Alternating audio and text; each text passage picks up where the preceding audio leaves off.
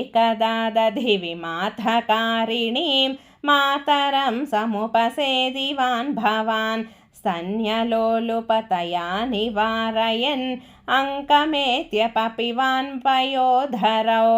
अर्धपीतकुचकुड्मले त्वयि स्निग्धहासमधुराननाम्बुजे दुग्धमीशदहने परिसृतं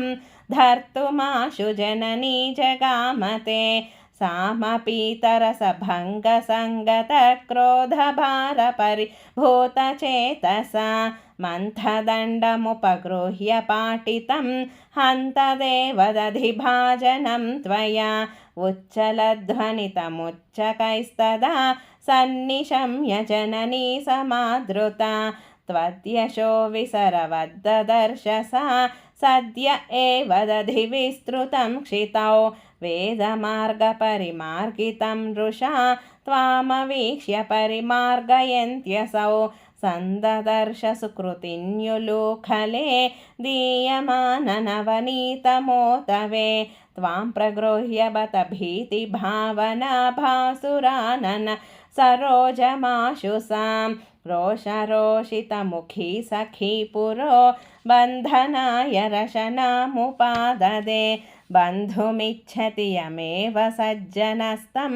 भवन्तमयि बन्धुमिच्छति सा नियोज्य रशनागुणान् बहून् द्व्यङ्गुलोनमखिलं किलैक्षता विस्मितोस्मितसखी जनेक्षितां स्विन्नसन्नवपुषं निरीक्ष्यतां नित्यमुक्तवपुरप्यहो हरे बन्धमेव कृपयान्वमन्यथाः स्थीयतां चिरमुलोखले खलेति आगता भवनमेव सा यदा प्रागुलोखलबिलान्तरे तदा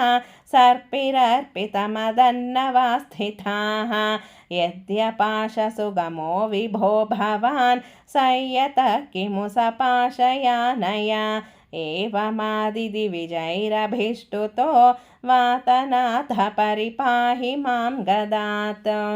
मुदा सुरौघैस्त्वमुदारसम्मदैः उदीर्य दामोदर इत्यभिष्टुतः